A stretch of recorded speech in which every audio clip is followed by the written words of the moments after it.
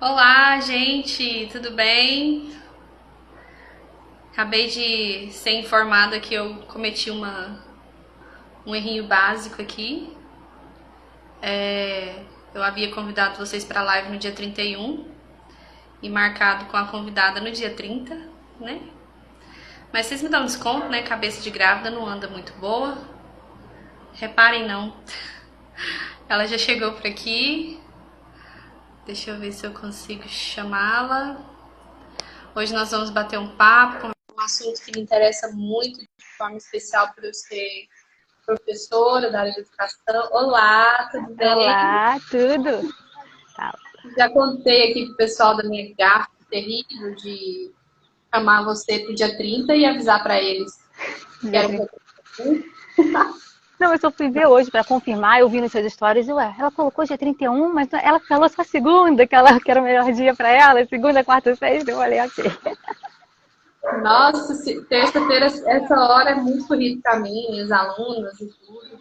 Olá, boa tarde, todo mundo está entrando. Oi, Então, gente, pessoal. para quem não me conhece, né, tá me vendo aqui pelo Instagram da Caterine, Caterine, Catherine, Caterine tá bom, tá ótimo. Caterine tá ótimo.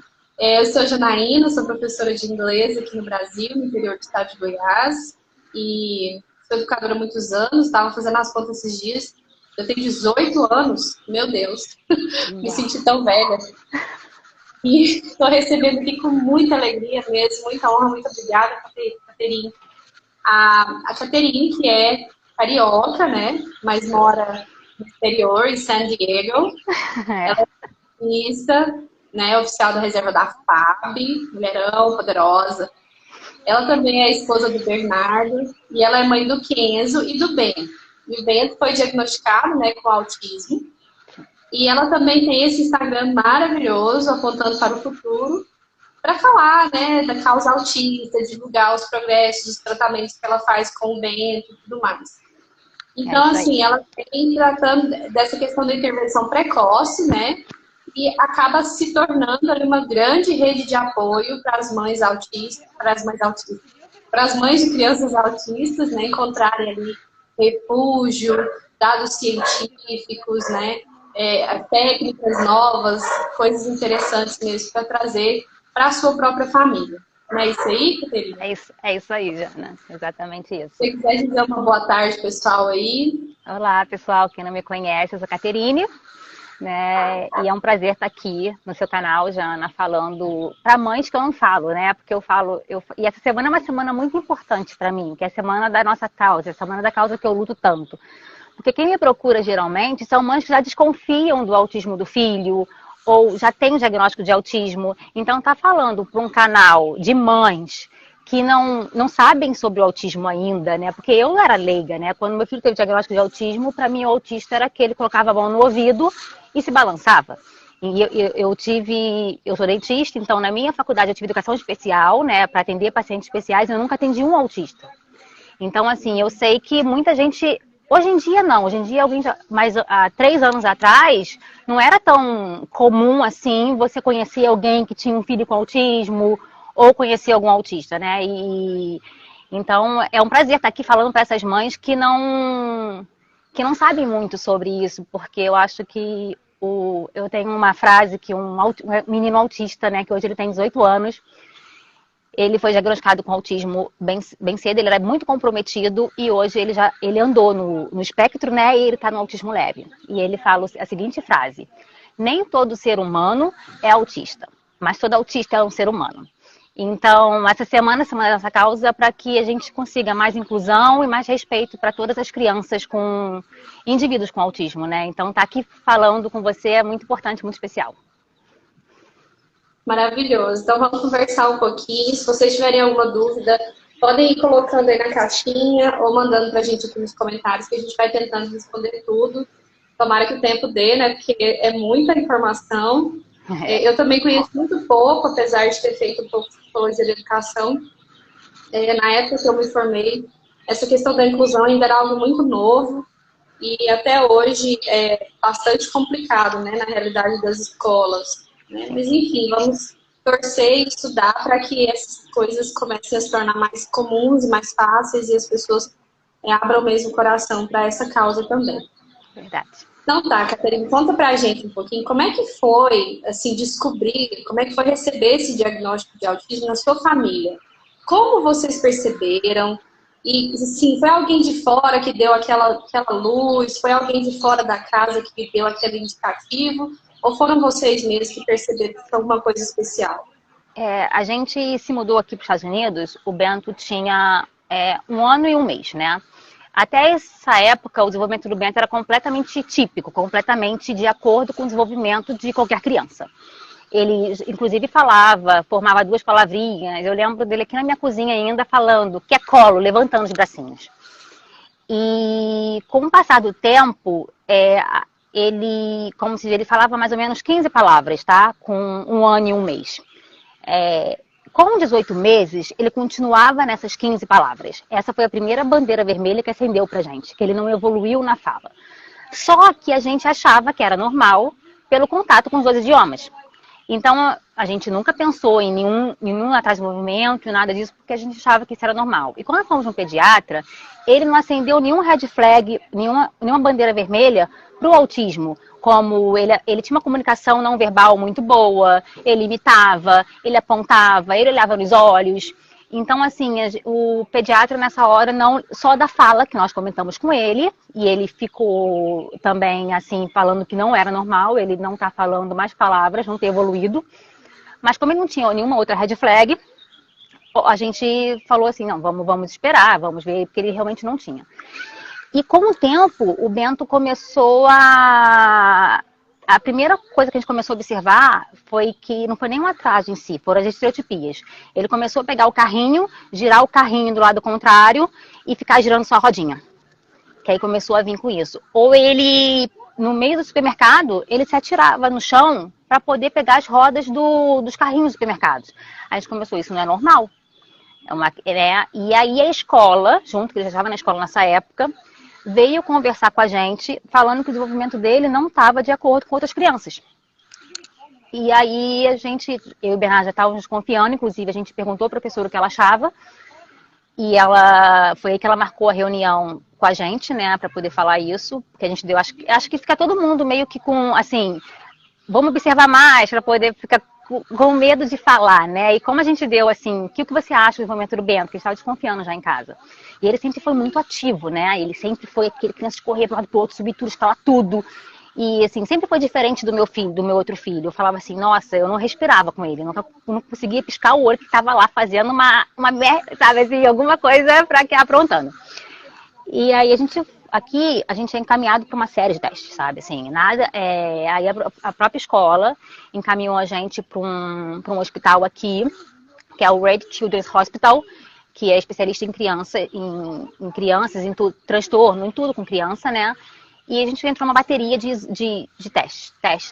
E cada vez que a gente ia entrando, mais o Bento ia apresentando sintomas do autismo, ele ia evoluindo no autismo, e cada vez mais a gente ia tendo certeza de que ele era autista, né? No início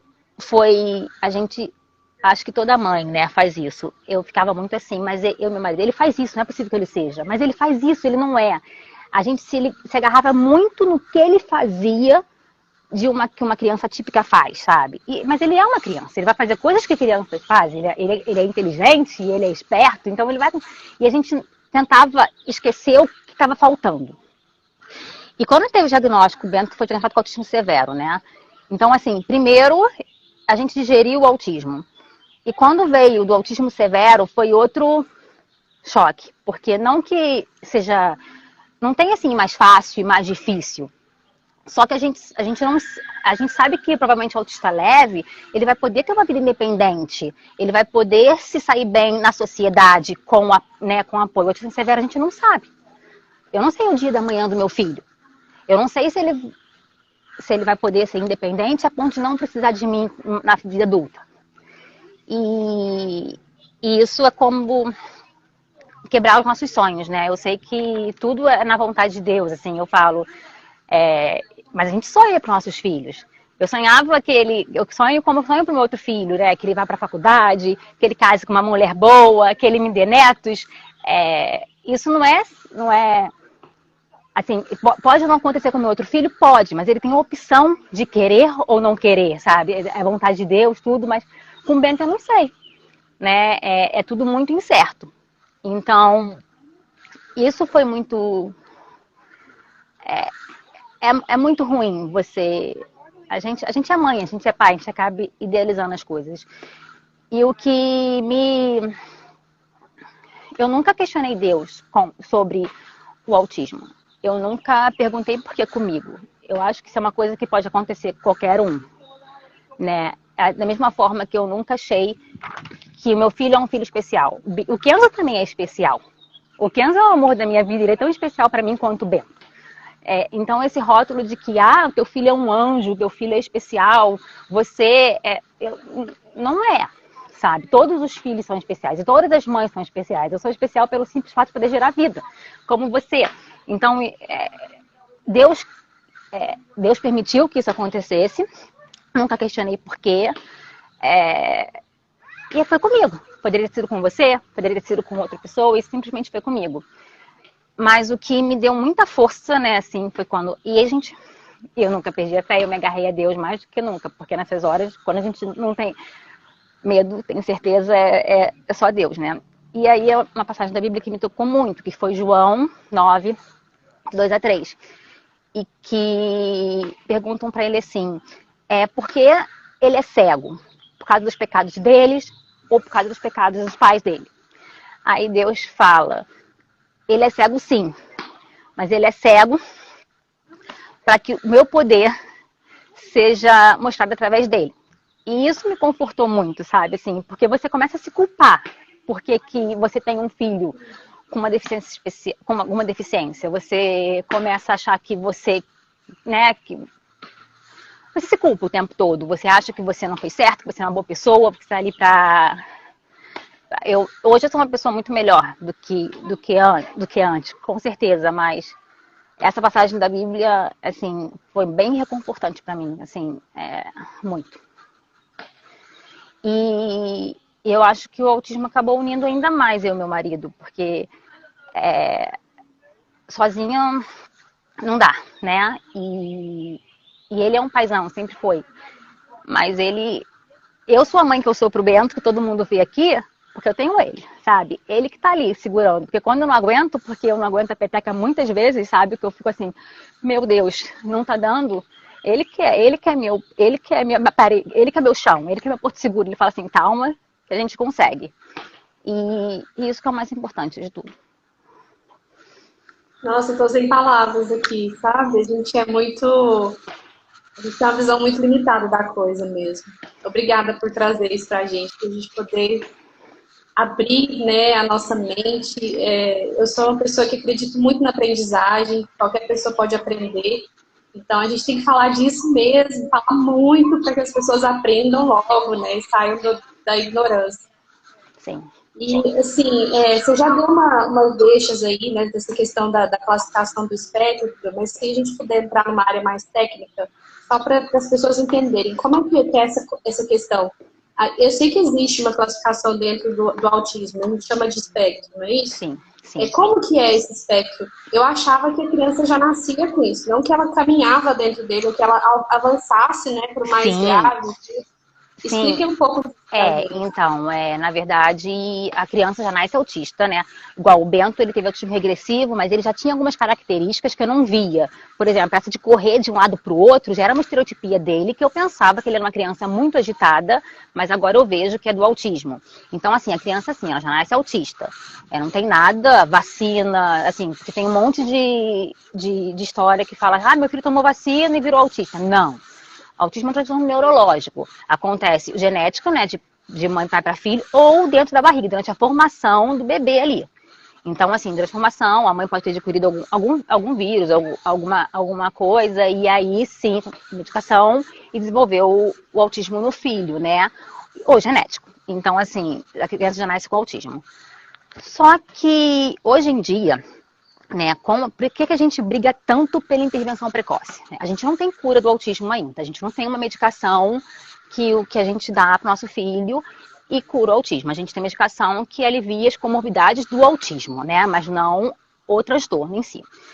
Então, hoje em dia, quando a gente consegue uma intervenção precoce de densidade, essa criança pode sim aprender tanto a tal ponto de perder características, andar no espectro, por exemplo. Meu filho, com 2 anos, ele foi diagnosticado com autismo severo. Hoje, ele não está mais com autismo severo, até porque com 2 anos não se dá o diagnóstico do grau da criança, tá? Aqui eu tive esse diagnóstico, por exemplo, o neuropediatra não deu grau para ele, falou que não tinha como dar grau para uma criança de 3 anos de idade. Só que aqui, quando eu fui para esse hospital do governo, que faz toda uma triagem, eles dão um diagnóstico com o grau para quê? Para a criança ter direito aos serviços que ela realmente precisa. Tanto que a psicóloga, quando estava falando comigo, falou assim, em 4 horas, eu não posso dizer se seu filho é moderado ou severo. Mas se eu coloco moderado para ele, ele pode não receber os serviços que ele precisa. Se eu coloco severo, ele vai receber todos os serviços e se ele evoluir, é ótimo. Entendeu? Na verdade, é esse o diagnóstico que eu tenho do Bento por isso. Mas o neuropediatra nunca fechou porque depois eu fui particular para poder... Se tivesse alguma epilepsia, algumas outras comorbidades que eu não fiz, que essa médica foi só para diagnosticar autismo, para ver outras comorbidades que o Bento pudesse ter, né? Então é isso. E aí vamos lá. O grau é de acordo com a dependência da pessoa. O DSM-5, né, que veio em 2003, para ter diagnóstico de autismo a gente precisa atraso na comunicação e na interação, movimentos repetitivos e estereotipados. Então, assim, muita mãe vem e fala, meu filho não está falando. Não quer dizer que tem autismo. Assim, tem criança com autismo que fala, mas não se comunica, porque falar é diferente de se comunicar. Tem criança com autismo que com 2 anos fala com 1 ano fala todo ABC, né? Fala A, B, C. Por quê? Porque o hiperfoco dela é no ABC, então ela fala ABC, mas ela não consegue falar um oi pro pai quando chega em casa, porque ela não se comunica. Essa é a grande diferença. As pessoas acham que o atraso na fala mas não. É muito além do atraso na fala. Às vezes ela fala, mas não tem interação social. Então, assim, o autismo é dividido em 3 graus. O leve, que ele precisa de pouco apoio, um apoio substancial. O moderado, que precisa de um apoio substancial. E o severo, que precisa de muito apoio. O indivíduo com autismo severo não pode ficar sozinho. Precisa de alguém com ele o tempo inteiro. Ele precisa de ajuda para tudo. O moderado, ele já consegue fazer algumas coisas. E o autista leve, ele precisa de um apoio muito pouco. Ele provavelmente vai conseguir ter uma vida mais normal possível, junto com todo mundo, com algumas questões mais social, mas não dificuldade em fazer alguma coisa, assim, estudar, morar sozinho, não nesse sentido. Já o autista severo, sim, o autista severo não poderia nunca morar sozinho, o autista severo não pode ficar sozinho, né? Então, na verdade, a diferença não está em relação aos sintomas do autismo, em si, ao apoio que esse indivíduo vai precisar para a vida. Entendeu? Entendi, sim. Maravilha, não imaginava que era disso que se tratava. Realmente está sendo uma escola para mim essa live. E como que é? Pode falar. Não pode falar. Não, fala, porque às vezes a pergunta que você vai fazer já é o que eu vou falar. Pode perguntar. E como que é a dinâmica da vida de vocês? Assim, muitas terapias, algo que seja muito difícil de conseguir. É claro que você está falando de uma realidade bem diferente daqui do Brasil, né? Mas pode ser que conhecendo um pouquinho do que você faz, as mães tenham uma noção do que elas precisam fazer, né? Sim. Então, foi daí, na verdade eu montei esse IG, né? O meu filho foi diagnosticado aqui antes de 2 anos, na verdade, 23 meses, um pouco antes de 2 anos. E logo que a gente foi, né, ele logo foi encaminhado para a terapia que é de escolha do autismo aqui nos Estados Unidos, que é a terapia ABA, né, que é ABA, que é a análise do comportamento aplicada. É uma ciência muito ampla, né, que usa várias estratégias para poder ajudar nossos filhos a aprenderem, né. Terapia primordial, terapia ocupacional também é primordial. E aí, junto com a terapia ABA, eles fazem fono e terapia ocupacional. E eu resolvi montar esse WIG porque, assim, o Bento, nesse meio tempo de investigar o autismo, disso tudo que a gente fez, eu perdi completamente meu filho, né? O Bento parou de olhar nos olhos, o Bento parou de responder pelo nome. Na foto, o olhar dele estava sempre perdido. E em 15 dias de terapia ABA, em 15 dias, meu filho voltou para mim. Meu filho voltou a olhar nos meus olhos, meu filho voltou a querer brincar comigo, meu filho foi outra criança completamente diferente. E quando eu vi isso, eu falei assim, ele é severo. Eu falei assim, nossa, como como pode, assim, e a terapia ABA não é uma coisa que precisa de muita estrutura, sabe, assim, para ser feita. O que é caro é o conhecimento, porque para você se tornar uma BCBA é muito caro, é muito caro, é o conhecimento que é caro, mas a estrutura que você precisa não é caro. E a mãe e o pai podem fazer isso. Na verdade, ninguém melhor do que a mãe e o pai usar estratégias da aba durante o dia para poder ensinar aquela criança. E aí foi por isso que eu montei o IG, para mostrar a evolução do meu pequeno, né? A gente tem uma rotina de terapia muito intensa, a gente faz 38 horas de terapia estruturadas por semana. Ele trabalha mais que qualquer funcionário público no Brasil. Eu era tenente da aeronáutica, trabalhava 20 horas por semana. O meu filho trabalha 38 horas por semana. Então, assim, a nossa rotina é muito intensa. Ele faz de aba, ele faz 18 horas de aba em casa, mais 12 horas de aba na escola, que dá 30 horas de aba. Faz 2 horas de fono e 1 hora de terapia ocupacional por semana. E aí, essas horas que ele determina são os profissionais, tá? Não sei eu que determino. Ele foi para avaliação da terapia ocupacional, o profissional que determinou quantas horas ele precisa. Foi para avaliação da fono, a fono que determinou quantas horas ele precisa. E a BCBA, da terapia, que é a pessoa que monta o programa de terapia ABA, que é a terapia ABA, determinou quantas horas ele precisa.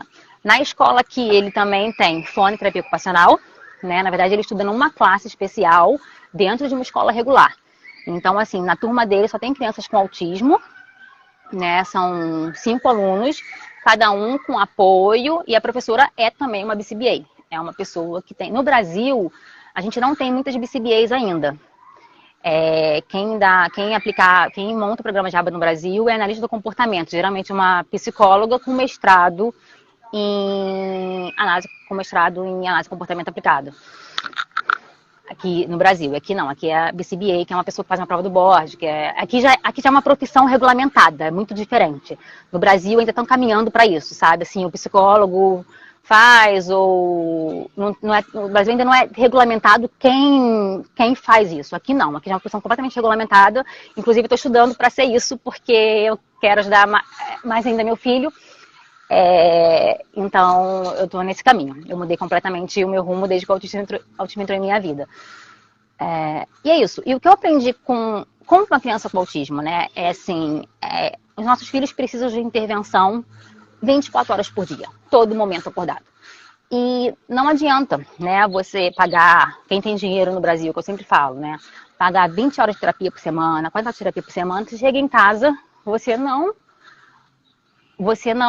faz com o seu filho o que o terapeuta te aconselha a fazer, o que o terapeuta te ensina a fazer. Porque essas crianças precisam de intervenção o tempo inteiro. Senão, eu tô vendo as perguntas, senão é igual cavar um buraco, sabe? Teu filho fica na terapia 20 horas por semana, você chega em casa, você não faz o que tem que ser feito para ficar estimulando a sua criança cada vez mais, porque eles têm deficiência no comportamento. Então, assim, às vezes chega muito pai, muita mãe em casa e aí fala assim, mas meu filho não quer fazer isso, meu filho só faz isso em casa, porque acaba reforçando muito o comportamento negativo dessa criança. E os nossos filhos têm muito problemas comportamentais, é uma deficiência muito grande. Tanto que às vezes você está na rua, você vê uma criança que você nem sabe, você olha, né, tendo um comportamento difícil com a mãe, às vezes batendo na mãe, às vezes, né, mordendo. Sabe, é um comportamento inapropriado do indivíduo com autismo, sabe? A mãe não está ali porque a mãe não educou ele direito, sim porque eles não pensam como a gente, né? É uma deficiência comportamental. E a mãe precisa saber intervir nisso. E isso é feito 24 horas por dia. Eu falo que é uma deficiência comportamental. E a obrigação do pai e da mãe é o quê? Educar a criança. Valores, virtudes e comportamento. Essa é a nossa função. Então, se eu não sei como educar o meu filho, o comportamento dele é diferente, eu preciso fazer com ele completamente diferente do que eu faço com o Kenzo, que é uma criança típica. Eu preciso agir de outro jeito. Então, se eu não sei como agir com o meu filho, se eu não sei como lidar com o comportamento dele, eu não estou sendo uma boa mãe para ele. Porque o comportamento é minha obrigação ensinar. Valores, virtudes e comportamento, como qualquer outra criança. Não é porque ele é autista que ele não precisa saber se comportar. É mais difícil? É muito mais difícil. Eu preciso repetir 1000 vezes a mesma coisa. Se você está aqui numa mesa comigo e você está comendo uma coisa que ele acha que ele vai gostar, ele vai enfiar a mão no seu prato. Ele não tem esse discernimento do que é certo e do que é errado. E para eu ensinar isso para ele é muito difícil. É muita repetição, é muito difícil. Então, assim, mas é nossa obrigação. Então, é o que eu falo muito com os profissionais no Brasil. Aqui, as terapias são feitas de portas abertas. Eu entro em tudo. Eu tenho treinamento para como lidar com meu filho em toda situação.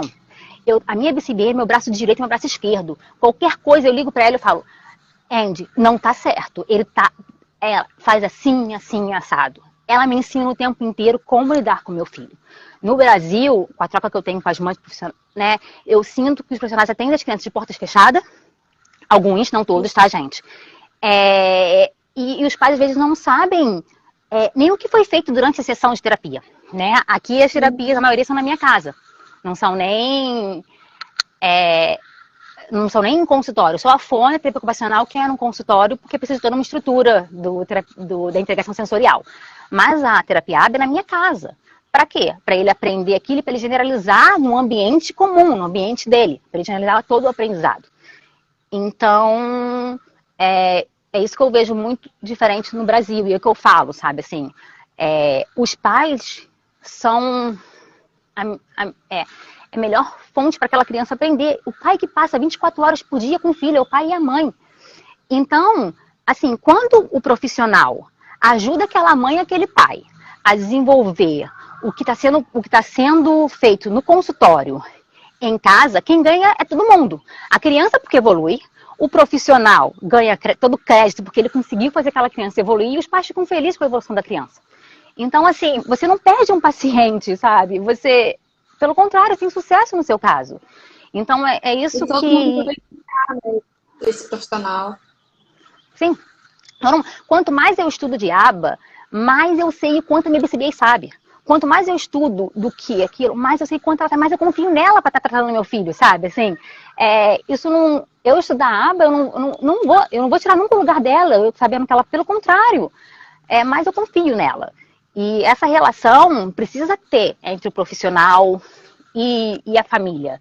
Na verdade, aqui, o que mais importa é o que eu quero para o meu filho, né? Quando vem me perguntar o que você acha que teu filho precisa, claro que elas fazem uma avaliação, vê o que o Bento precisa de acordo com o desenvolvimento dele, as habilidades que ele precisa alcançar, mas é o que eu quero que ele aprenda, né?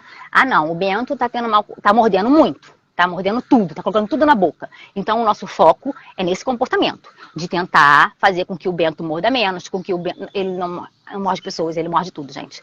Ele morde tudo, mas menos pessoas. Mas tudo que ele vê pela frente, ele morde. Então, assim, o foco é nisso agora, né? Então, a gente vai trabalhando com o que eu preciso no meu dia a dia. Porque a ideia é o quê? Facilitar o meu dia a dia.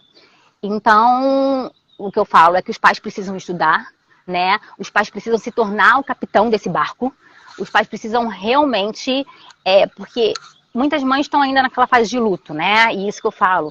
É sofrido pra caramba. Eu passei por... Mas você tá chorando, lutando, sabe? Assim, você chora, sofre, lutando pelo seu filho. Porque cada tempo que você fica ali, naquela fase triste, sofrendo, é um tempo que o seu filho tá perdendo. Você é professora de inglês, você sabe disso.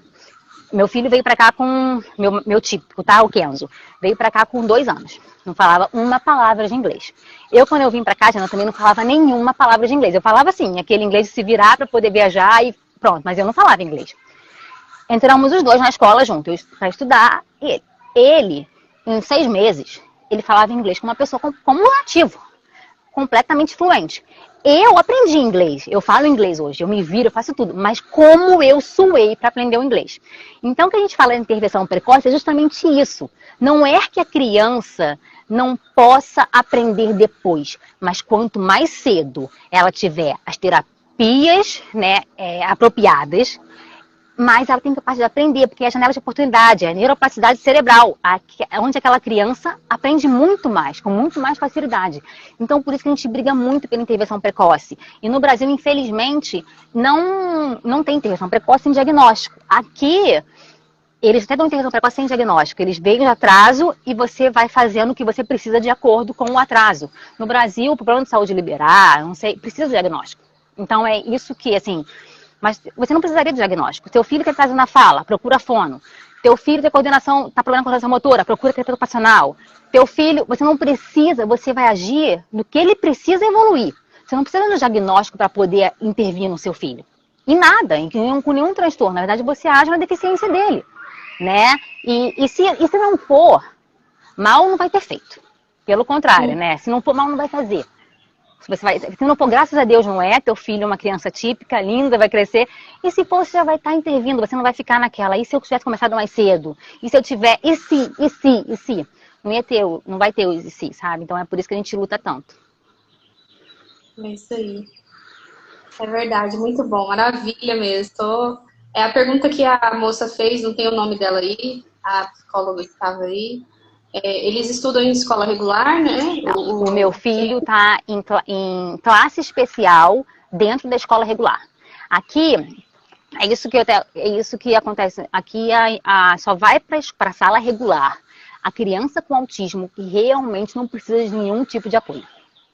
Eles não colocam uma criança que precisa, assim, precisa talvez de um apoio ou outro, tipo assim, de sair um momento, ela precisa adaptações, por exemplo, ficar sempre na frente, né, para ter mais contato com a professora, talvez um break maior, ir para uma sala de integração sensorial onde ela possa pular, mas não que precise de alguém o tempo todo com ela, de 1 para 1, um mediador. Aqui não tem mediador em sala de aula, como tem no Brasil. Porque para eles, o que acontece? Vamos imaginar um cenário imagina uma criança. Quando você é todo mundo pequeno, é muito legal. Com 3 anos, não tem muita diferença de um autista severo e uma criança típica. Não tem, assim, não tem. Agora, imagina com 12 anos, um autista severo, ainda usando fraldas, talvez, numa sala de um monte de criança com 12 anos. Isso é tudo, já não é menos inclusão. Esse menino não precisa aprender matemática, ele não precisa estar aprendendo equação, ele precisa aprender outras coisas do que isso. Primeiro ele precisa ser desfraldado.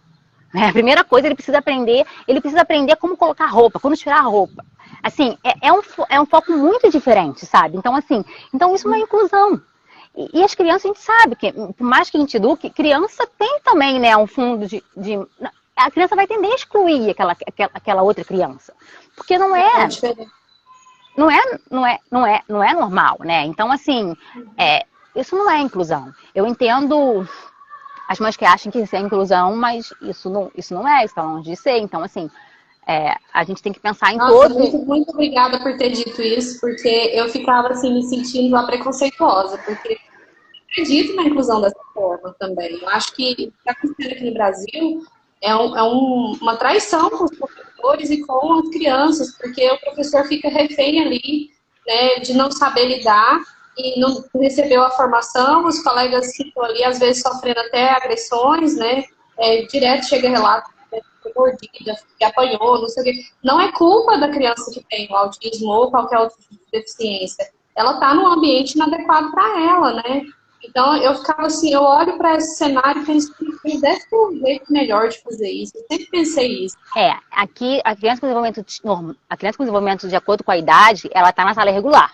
O comportamento é outra coisa, né? Que precisa ser trabalhado. Porque às vezes a criança é autismo leve, mas tem um comportamento apropriado. Aí é uma outra questão, mas se ela tiver o desenvolvimento normal para acompanhar uma turma regular, ela tá, independente do comportamento dela, tá, Jana? Se o comportamento dela for, ela vai. Mas aqui tem toda uma estrutura de intervenção nesse tipo de comportamento, o que falta no Brasil. Na verdade, aqui ela vai ter apoio nessa parte específica do comportamento. Então, assim, às vezes uma criança é autista leve e ela tem comportamento de bater em todo mundo. Ela vai estar na sala regular, de qualquer jeito, porque é de acordo com o desenvolvimento. Só que vão montar um programa para intervir nisso. Provavelmente alguém vai trabalhar com ela em outros horários, justamente por isso. A terapeuta vai trabalhar nisso. Na verdade, isso vai ser o foco da intervenção dela naquele momento. Então, assim, é de acordo com o desenvolvimento, não é de acordo com o comportamento. E às vezes, e também é de acordo, porque assim, uma sala com 25 alunos, às vezes, que é o que tem uma sala típica aqui, eu acho que é no Brasil também, não sei. Com uma professora. É mais. Uma professora para 25 alunos, né? Eles têm transtorno sensorial também, né? Até o autista leve. Então, assim, é muito, às vezes, um barulho, né? Tudo pode afetar o comportamento deles. Então, assim, o professor que está na sala de aula, mesmo da turma regular, aqui, eu não sei se é porque aqui eles sabem como lidar também. Até o professor de escola de educação regular, sabe? E sempre tem um responsável da educação especial junto com esse professor que vai montar, né, a criança, mesmo na sala regular, ela tem um plano completamente individualizado para ela, de ensino, para essa criança. Então, assim, é uma equipe muito estruturada, trabalhando em conjunto, para poder ter um bom manejo de qualquer coisa que aconteça, que possa prejudicar ou a sala ou o próprio aluno, né? Todo mundo trabalha muito em conjunto. Isso é que falta no Brasil, né? Mas espero um dia a gente ter essa realidade no Brasil, de coração, porque todos precisam, todos, não só as crianças com autismo, todos precisam, assim, todos precisam saber como lidar com isso no ambiente de sala de aula, assim, todos. Eu acho que todos precisam saber disso. Sim, sem dúvida. E agora a gente está no meio desse caos, né, dessa pandemia, dessa loucura. Eu não sei como é que está a realidade aí na sua cidade, se fecharam escolas e tudo. Como é que vocês estão? O que vocês estão fazendo nessa quarentena? Como que está a rotina aí? Bom, a rotina aqui está completamente diferente. Na verdade, assim, com o Bento, eu já tinha uma rotina bem de estar com ele em casa, né? De estar estimulando ele em casa. Então, assim, o que mais me afetou, Jana, foi a rotina com meu filho típico, vou te falar. Porque a gente está começando aqui o homeschooling, literalmente, né? Aqui a gente não vai voltar para a escola até o início do próximo ano letivo, em agosto. Que aqui o ano letivo acaba agora. A gente em junho e em agosto começa o próximo. Então, assim, isso foi o que mais me pegou, porque com o Bento eu estava acostumada a sentar na mesinha, trabalhar com ele, fazer com o Kenzo, era muito mais homework só. Né? E ele tá aprendendo, tá no kindergarten, então tá aprendendo a ler e escrever agora. Então, assim, eu ficava assim 1 hora do dia com ele, 1 hora e meia, né? Agora não. Agora com homeschooling são muito mais horas e, assim, ele precisa de uma atenção muito maior, porque ele tá aprendendo a ler e escrever. Ele tem quantos anos? 5. Então, ele tá realmente aprendendo a ler e escrever. Então, assim, eu tô me virando em 1000 para conseguir continuar lá dando atenção pro Bento e sendo a professora do Kenzo, né? Porque, assim, mesmo que tenha todo o apoio virtual da escola, eles ainda são muito pequenos, né? Eles não é assim, igual um adolescente. Tá bom, fica aí, vê aí e faz. Não, eu tenho que estar com ele, eu tenho que assistir com ele, eu tenho que ensinar para ele como que é feito. Então, assim, todas as horas que ele tá, mesmo com o computador, com a professora, com tudo lá, eu tô junto. Então, assim, isso tá sendo tá sendo mais difícil com ele, com o meu típico, do que com o meu atípico.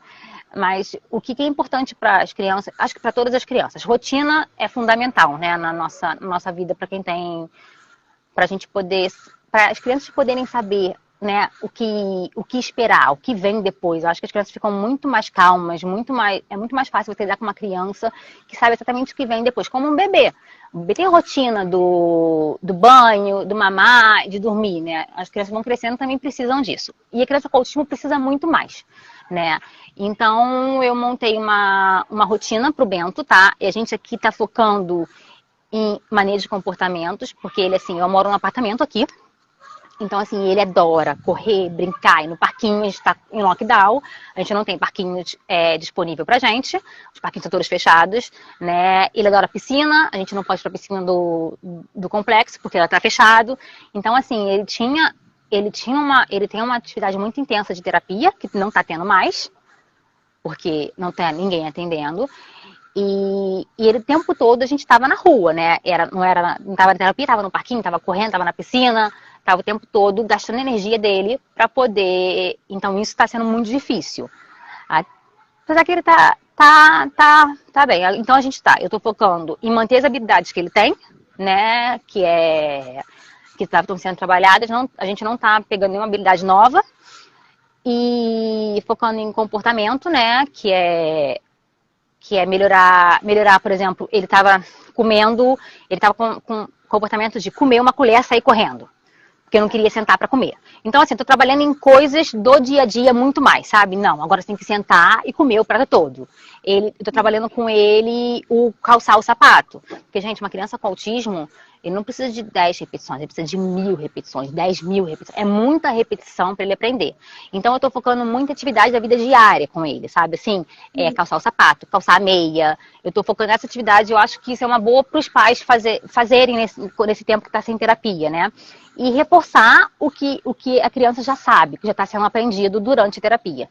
E ter uma rotina, de preferência visual com o indivíduo com autismo. Que eu tô aqui embaixo. Mas o Bento, ele tem um quadrinho com imagem de PECs. PECs são umas figuras universais, gente. Que assim, você pode fazer até com foto da sua criança normal. Mas como o Bento já vai para a escola e ele já usa PECs na escola, e tem PECs em todos os lugares aqui, a gente usa PECs no quadrinho dele. Então tem assim, acordou de manhã, o breakfast. Aí depois ele tem o tempo de brincar sozinho. Aí ele tem o tempo de work, né? Que é trabalhar com a mamãe. Aí tem o tempo da free choice. Aí tem o trampolim. Eu vou colocando coisas que ele vai gostando ao longo do dia e ele vai vendo, vai fazendo, vai tirando o que ele fez. Para ele poder saber, porque ele precisa ver, não é só eu falar, ele precisa ver o que está sendo acontecido. As crianças com autismo precisam disso, isso ajuda muito. Às vezes a criança está tendo um mau comportamento, né? Primeiro, porque eles não conseguem se comunicar, ainda mais se seu filho for não verbal, como é o caso do Bento, né? Uma comportamento porque eles querem se comunicar e não conseguem. E às vezes não entendem o que você está pedindo. Então, uma rotina visual, uma estrutura visual, um suporte visual ajuda muito, né? E outra coisa que tem muito preconceito no Brasil, né? Que os pais ficam esperando a fala, e não fazem com que essa criança se comunique de uma outra forma. Falar é muito, claro, né? Falar é a cereja do bolo, né? Como eu quero que o meu filho fale. Mas a criança precisa se comunicar. Ela tem direito a aprender a se comunicar. Então, assim, tem vários sistemas de comunicação que a gente pode usar com nossos filhos, né? Tem o PECs, que é troca de imagens, troca de figuras, que é a mais tradicional e geralmente a primeira que se começa. Tem os sinais. Aqui a gente usa muito os sinais, que o Bento usa bem, porque os sinais você pode usar em qualquer lugar. Você não precisa levar o caderninho de PEC para poder estar usando, né? Então, só que no Brasil é Libras, então acho que é muito difícil. Aqui é fácil o sinal, sabe? Porque assim, por exemplo, mais, more, assim, Dani é o Dani, então é muito fácil. No Brasil, imagina, para falar nem eu sei. Então, acho que deve ser por isso que é mais difícil usar a linguagem de sinais. Aqui é bem mais fácil. Então, assim, eu acho que os pais têm que entender e usar uma comunicação alternativa não vai fazer com que seu filho não fale. Pelo contrário, só vai ajudar ele agora a se comunicar melhor com você. Então, assim, isso que é o importante, eu acho, pais perceberem, sabe? Às vezes a criança está tendo muito mau comportamento, está tendo muita birra, muita coisa, porque a criança quer se comunicar e não consegue. Então, os pais precisam procurar uma fono, procurar ajuda para poder ajudar essa criança a se comunicar melhor. Porque, assim, uma criança com 4 anos não dá mais para se comunicar pegando a mão pelo pai e mostrando o que ela quer. Ela precisa comunicar de uma maneira mais sofisticada. Ela precisa comunicar melhor. E a comunicação alternativa ajuda muito. E se seu filho tiver que falar, ele vai falar. Não vai ser porque ele está usando uma comunicação alternativa que ele não vai falar. Entendeu? E eu acho que é isso que é importante as pessoas perceberem que precisa ajudar as crianças a se comunicarem melhor para poder reduzir um comportamento que acontece mesmo. Nós recebemos uma pergunta aqui nos comentários. Alguém perguntou se o Bento andava na pontinha dos pés. Como é que é? Não, o Bento não andar. Então, gente, o autismo é muito amplo, né? Na verdade, uma criança é completamente diferente da outra, até no mesmo grau, né? Até assim, um leve é completamente diferente do outro leve, de outro moderado. O Bento não anda na pontinha dos pés, nunca andou. O Bento, hoje a maior dificuldade do Bento, o nosso foco maior é na fala, né? Ele já fala em torno de 15 palavras. Ele está começando a falar agora e ele imita os sons que a gente faz, né? Como um bebê. Se você fala, como o bebê está aprendendo a falar, né? Que você fala, dai, bebê, dai. Ele imita exatamente como a gente fala. Mas ainda falta muito para a fala vir. Ele fala com bastante dificuldade ainda, mas já consigo ouvir a voz dele. Ele já sabe falar o nome dele. Você pergunta, Bento, ele fala. e é isso, assim, as características do Bento, ele não tem nenhuma comorbidade como epilepsia, ele não é agressivo, ele não é... Ele não tem agressividade, ele não se balança, por exemplo. Se você vê o Bento na rua, você realmente não, assim, ele não... Se ele estiver num ambiente livre, no ar livre, você provavelmente não vai ver característica no Bento de autismo, porque ele tem uma coordenação motora muito boa, ele sobe em qualquer lugar, ele brinca, a parte da coordenação motora dele ampla é como uma de uma criança típica, né? Então, assim, provavelmente, se ele não estiver fazendo uma estereotipia vocal, provavelmente de essas estereotipias que as crianças com autismo têm vocal, provavelmente você vai ver porque eu tô sempre perto dele. Talvez você vai, por que essa mãe tá fazendo esse menino grande correndo, de 4 anos correndo, subindo em tudo, super. Aí você tem alguma coisa errada aí. Mas você talvez não vai perceber, sabe? Assim, agora, quando ele vier falar comigo, aí você vai perceber que ele não, né, que ele não sabe, que ele não fala, que ele vai logo fazendo os sinaizinhos dele. Então, assim, cada criança com autismo é muito única, né? Então, assim, é como a gente fala, é o grau de dependência realmente que essa criança tem que vai dizer o espectro. Não é assim, ela anda a ponta dos pés, ela tem transtorno de seletividade alimentar, ela tem... Não é a quantidade de sintomas, sabe, assim? E sim o grau de dependência dele. Então, assim, cada autismo tem alguma coisa que precisa ser mais trabalhado do que o outro. Então, cada um é diferente mesmo. E tanto que o que serve para um não serve para outro. Não tem uma receita de bolo. Tanto quando falam, não tem uma receita de bolo assim, não é o que serve para o meu filho, pode não servir para o seu, né? A gente troca experiência, a gente se ajuda, mas pode não servir para o filho de uma outra pessoa. Então, assim, por isso que o tratamento, qual a diferença da grande terapia AB? Ela é feita de forma individualizada para aquele indivíduo. A pessoa faz uma avaliação dele e monta todo um programa de acordo com as habilidades que ele precisa. Então, esse que é o diferencial, tem que ser individualizado para ele. Assim como na escola, o plano individual de ensino é feito para o indivíduo com autismo, né? Tudo é individualizado, tudo é para aquele indivíduo com autismo. Entendi. Eu queria fazer uma pergunta, duas, na verdade, a gente está com pouquíssimo tempo agora. Essa questão, assim, da sociedade, né? Da comunidade ali perto da criança. Né? Às vezes a pessoa está aqui, como eu, não tem caso perto de mim, ou que eu conviva. Mas se eu tivesse, como que eu poderia colaborar para essa família? Como que eu poderia me solidarizar? O que é que uma pessoa amiga da família deveria fazer para ajudar? Como que as pessoas podem ajudar? Ou simplesmente não atrapalhar já está bom demais? Se não atrapalhar já está bom demais. Mas assim, eu acho que tem um estudo aqui nos Estados Unidos que fala que as mães de crianças com autismo têm o mesmo nível de estresse de soldados de guerra, que é o transtorno que mais estressa as mães, justamente por ser uma deficiência comportamental muito grande. Então, eu acho que assim, se é muito amiga, né, a primeira coisa é tentar entender e oferecer ajuda, né? Ajuda, tipo assim, quer que eu olhe a criança um pouquinho para você dar uma respirada, porque tem hora que a gente parece que vai surtar, sabe? E outra coisa, aceitar o seu filho, né? Eu tô aqui há 3 anos, né? E as minhas amizades são escolhidas de 2 formas, né? Aquele que aceita meu filho do jeito que ele é, que eu posso ir para casa daquela pessoa e meu filho se sentir bem na casa daquela pessoa não se importar com o que o meu filho faz, né? E o Kenzo que escolhe os amiguinhos dele, então eu acabo virando mãe dos amiguinhos dele.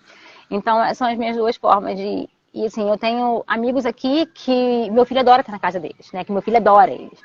Porque meu filho se sente em casa. É o lugar que meu filho pode ir e ele se sente bem acolhido. Nada que meu filho faça vai ser olhado torto, né? Ele é cheio de energia. Ele sobe em tudo que você possa imaginar. Ele escala todas as coisas que você possa imaginar. Então, assim, quando a gente sai em algum lugar, em algum churrasco, alguma coisa, assim, então, calma, senta, eu vou olhar ele. Porque o Bento ele precisa desse tipo de olhar, não por ele não conseguir fazer, mas porque ele não tem medo de nada. Ele faz tudo. Então, ele precisa de alguém do lado dele o tempo todo, porque Ele faz coisa que até Deus duvida de subir. Então, Pode a gente colocar em perigo. Ele pode se colocar em perigo, exatamente. Não porque ele não tem capacidade de fazer, sim porque ele pode colocar em perigo. Então, isso é uma coisa que a gente tem que trabalhar muito nele ainda, né? Em todos os lugares, no parquinho. Isso que é uma coisa bem interessante. Aqui as terapias vão comigo onde eu preciso.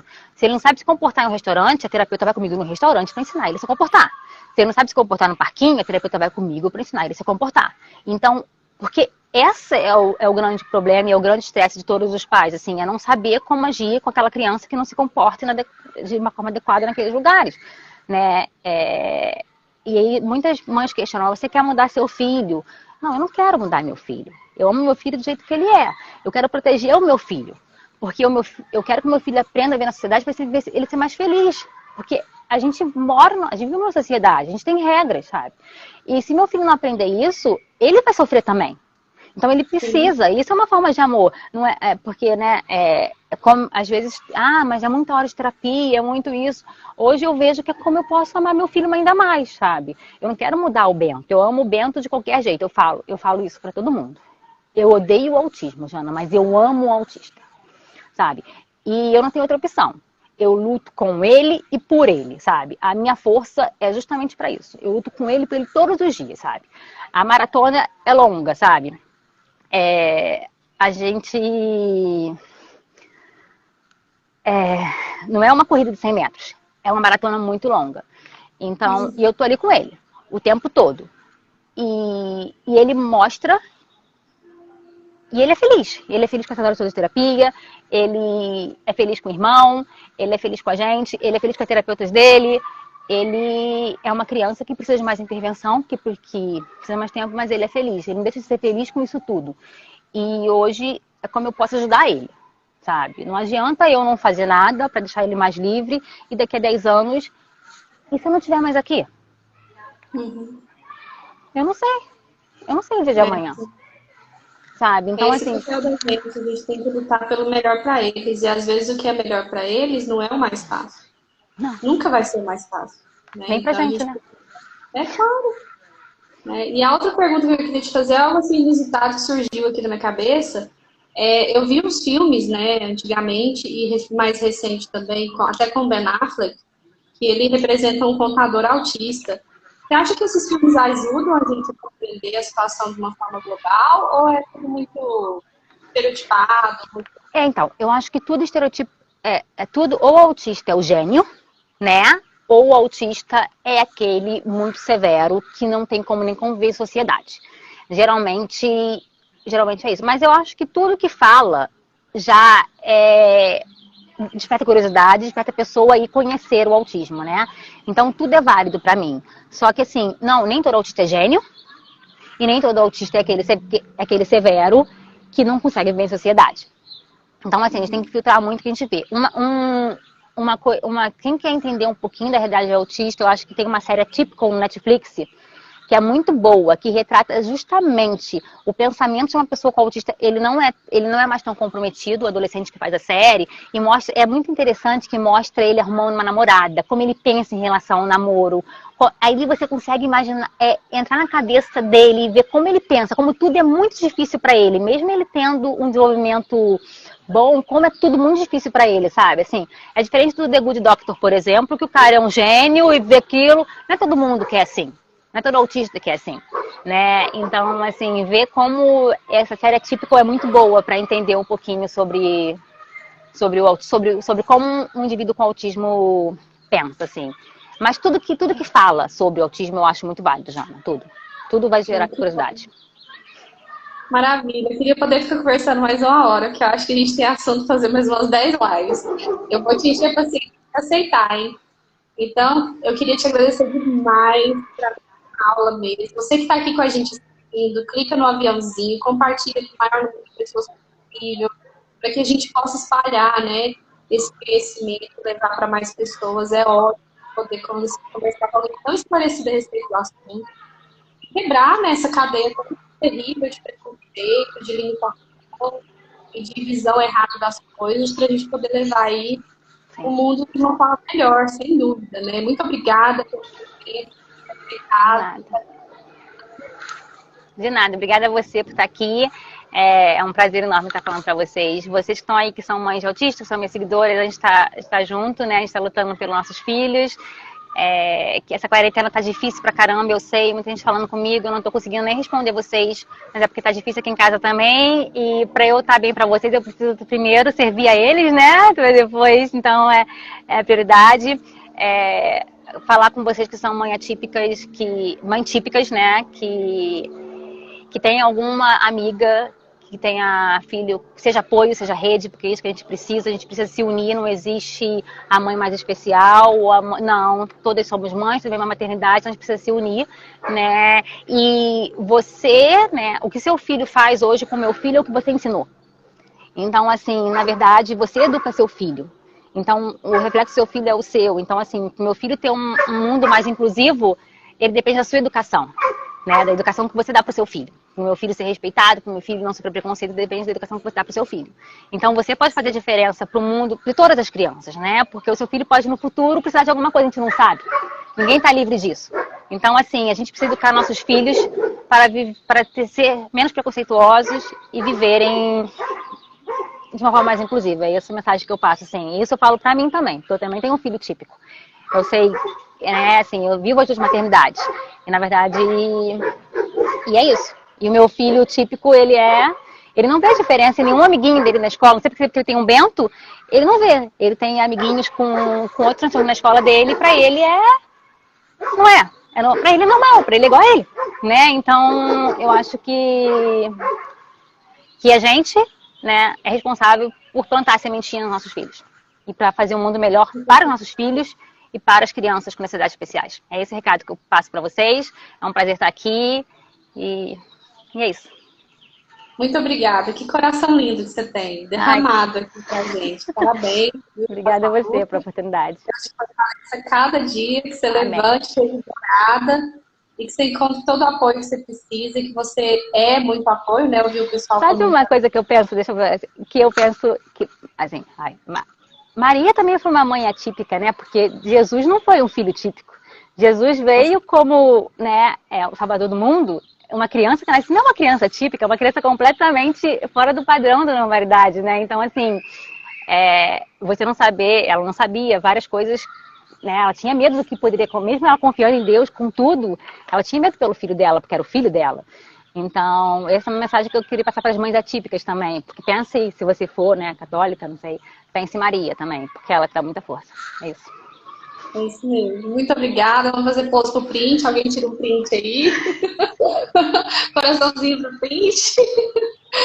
Obrigada, gente. Fiquem com Deus. Um abraço. Marquem a gente para o pessoal poder ter acesso a esse conteúdo de qualidade. Até mais, Kátia. Depois a gente se encontra mais. Beijo. Beijo, tchau. Tchau, tchau.